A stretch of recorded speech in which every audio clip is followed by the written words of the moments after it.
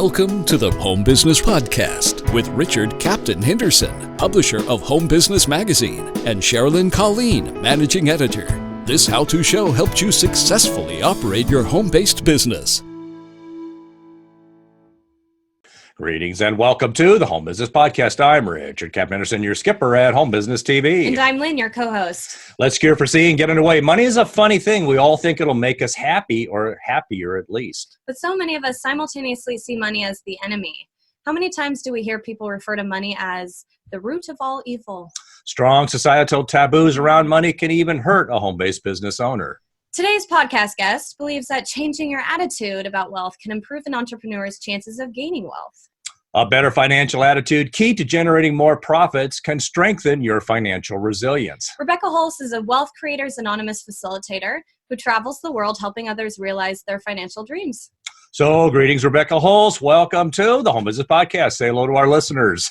Hey, everyone. Good to meet you. Thanks for coming on our show. So if the accent hasn't given you away yet, you are calling in from New Zealand? Yes, I am. Christchurch, New Zealand. All right, so tell us, you're coming into fall. How do you pronounce that? Autumn. Autumn. Autumn. Very nice. I got you. Well, you're our first guest from New Zealand, but they're, in studying the whole home-based business world, there seems to be a lot of entrepreneurship in New Zealand. You've got, good internet and good infrastructure there. So it seems like there's a lot of vibrancy there in the startup world. There really is. It's starting to really take off. And, New Zealand's business laws definitely make it very easy. Oh, good point. Okay, so Rebecca, let's get to know you better. Talk with us about your journey to becoming a Wealth Creators Anonymous facilitator, an author and speaker at such a young age.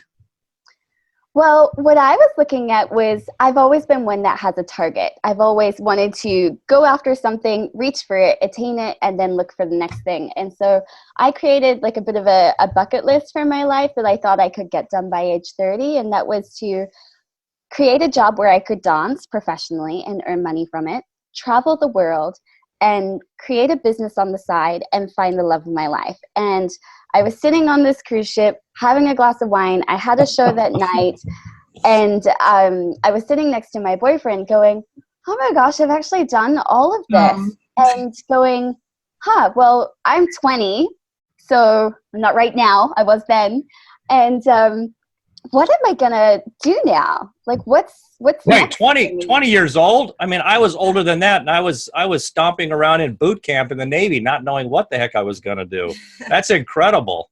Yeah, it was. And then this little tool dropped into my lap, this body of work called Access Consciousness, and I started using those tools and creating a business that was empowering people to be able to change anything. And the area of business and money has always been of great interest and capacity for me. And so that's been where I've shaped everything since then. So, you kind of recognized in your elderly, seasoned worldview at 20, you saw some things about, wealth creation and money and, some taboos, everything. And that kind of guided the path you took in your early 20s then.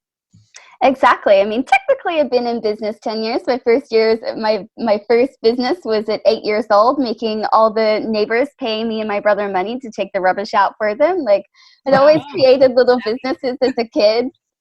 So it was something that my parents definitely encouraged in me. They even sat me down at one stage and said, Rebecca, it's great you want to be a dancer. We love that. We're supportive of that. How much does a dancer make?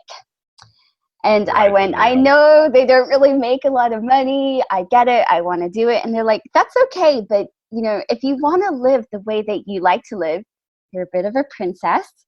You're going to need to do something else as well. And I went, yeah, I'll do that later. And so I always knew that I had creating businesses and having more than one income stream as a choice to me. I just didn't institute it until I was about 18. So you learned early on the value of diversification. Yes, I did. Well, Rebecca, what are some taboos around money that are keeping people from being wealthy, particularly for a small business owner? Well, one of the biggest things that I see that it doesn't matter who you are in the world, but talking about money is not okay, especially not to the people that you are the closest to. and the people that you could actually have a really good conversation about. And to me, if you lift off that lid and you're willing to just start bringing money into the conversation, not as right, not as wrong, just a new element in your conversations, it'll just start to lift the lid off. Because part of the whole thing about a taboo is that because it's not talked about, because it's all under the radar, that means that so many secrets get created about it. And you'll find if you start talking about them that most of them are not actually true. So what maybe what you're saying, there's like a lot of an emotional charge. It's, money, Exactly. the concept is emotionally charged. And so the first step is to take away that charge to it so you can look at it objectively. Exactly. Yeah. So, And when you start, go for it. No, so what are some steps that people can take to change their mindset, and so they stop looking at talking about money as being taboo? So I think asking questions is truly one of the greatest ways that you can start to get a different perspective on absolutely anything, and it applies here as well. So you can start to ask questions like, what's my point of view here? That's a really good starting question for yourself. And then, you can simply turn that on the table. What's your point of view about this? Mm-hmm. And notice how much of a non-threatening question that is. Like, it's not like a scary place to start. It's something that you could just easily open up. People love to be asked their opinion. And so what you're saying, to get started with this change of mindset, you're saying that, to start asking questions, simple questions about, how you feel about money and, key issues related to money. Exactly. Because once you know what your point of view is, you can change it. Oh. So by kind of like getting those viewpoints out on the table by asking questions, you can see where you need to change your mindset and gear it more towards wealth creation then. Exactly. Because the next question I suggest you ask is that point of view working for me?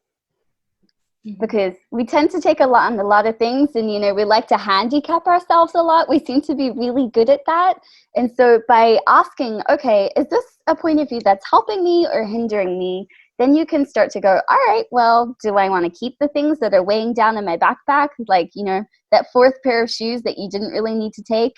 Do I really need to take that? Or do I want to change it? Yeah, I think it was back in ancient Greece, Socrates, they called it the Socrates method, or Aristotle, one of those two. I was at least sort of paying attention to that in school. They talked about questioning and asking questions to learn about issues. Well, let's spend a little bit more about what you're talking about with driving out these financial taboos. Once you do identify them and talk through them, do you have any money management tips for small business owners, kind of related, after you drive out these financial or identify these financial taboos and try to drive them out a little bit? So a couple of things here. A lot of us don't even let ourselves desire money, which sounds crazy if you're in business. Like, it's the one part that you're like, yes, I'll be successful. Yes, I'll make lots of sales. No, I won't let myself desire the money. And so often when I ask my clients, what I will find is that they haven't even calculated or considered how much money they would actually like to be making for their business to thrive. They know the break-even number, but they don't know the number of what it takes for them to truly be thriving. And so I actually ask all of my clients to sit down and write out everything your life and business would cost if it was thriving. So, in your personal life, how do you like to travel? Where do you want to stay? Do you want to stay in nice hotels?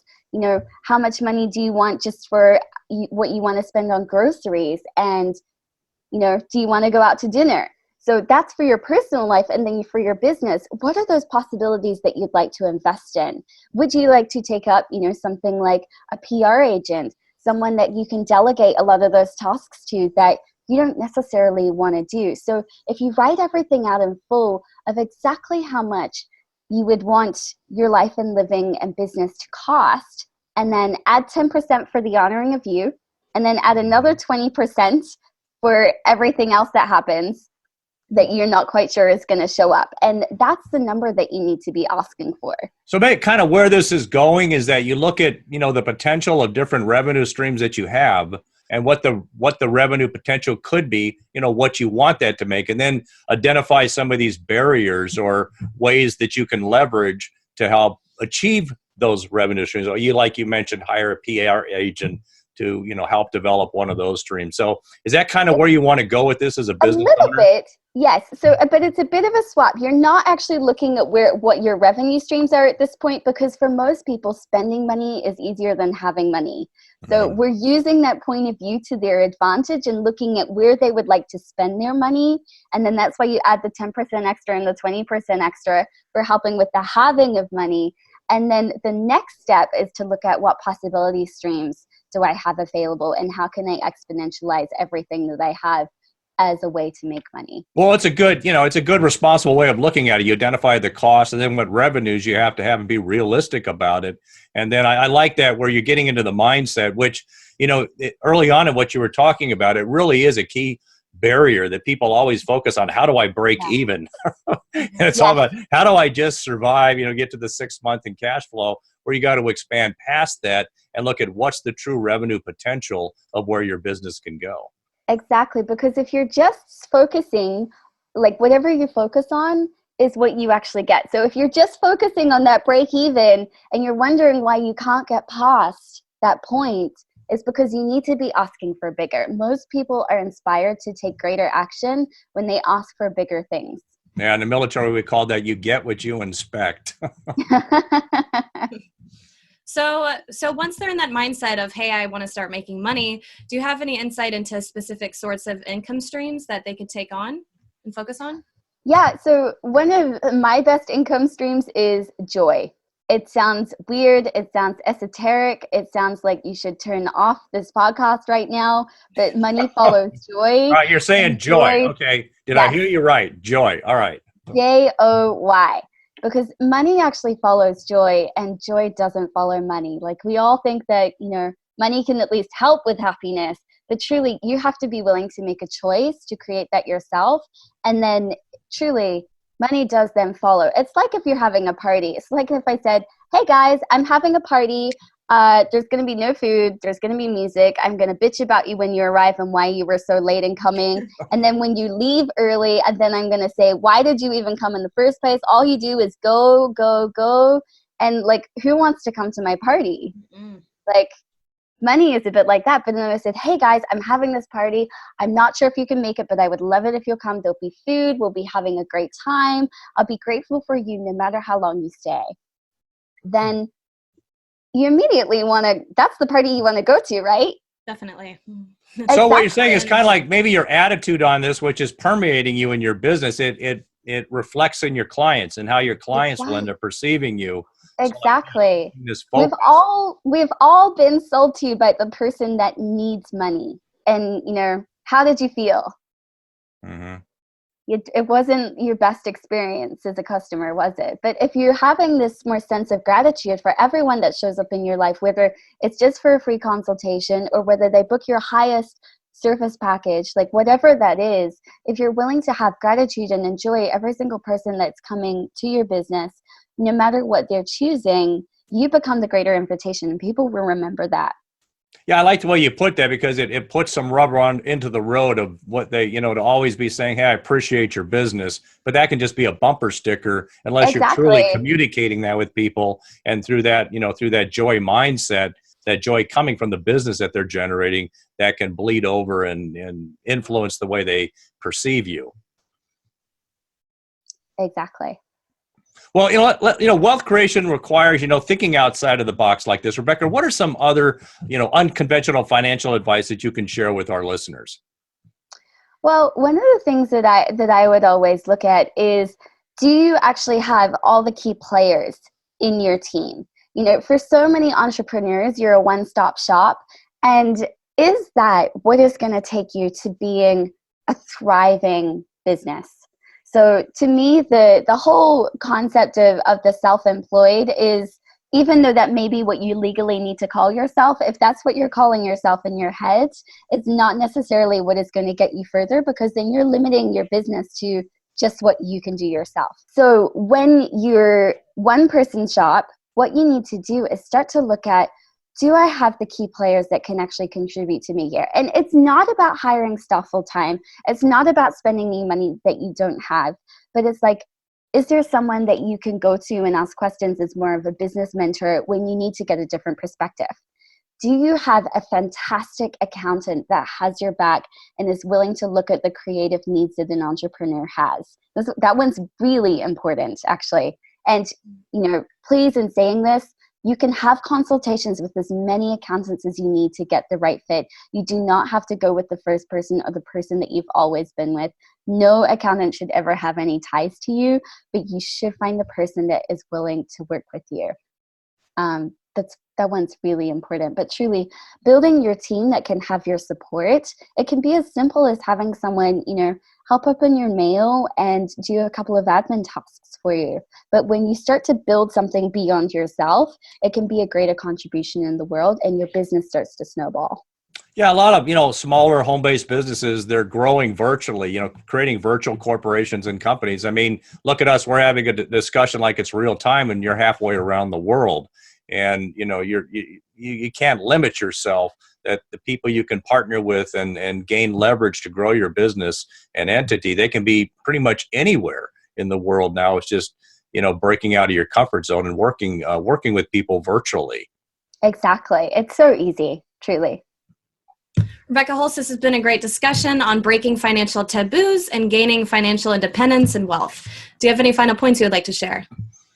What if you could actually have fun with money? It doesn't have to be this big, significant thing. Like, yes, we desire it for our bodies and everything that they require in this world. And yes, you want your business to be successful, but don't forget that you're also gone in business to do something different. If you're listening to this podcast, you want to do something different with your life and your business. So do not forget to have some fun along the way. It will work out if you change your point of view to one that will help you work it.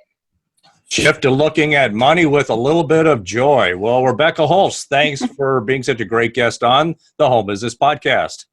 Thank you for having me. Thank you so much for coming on our show. To learn more about Rebecca Holst, visit RebeccaHolst.com, our website, for more information on guests. Thanks for joining us on this episode of the Home Business Podcast. Share your feedback with us on Facebook, Twitter, Instagram, and at our website, homebusinessmag.com. Visit the website for information on advertising. Subscribe to our newsletter. Please visit our sponsors.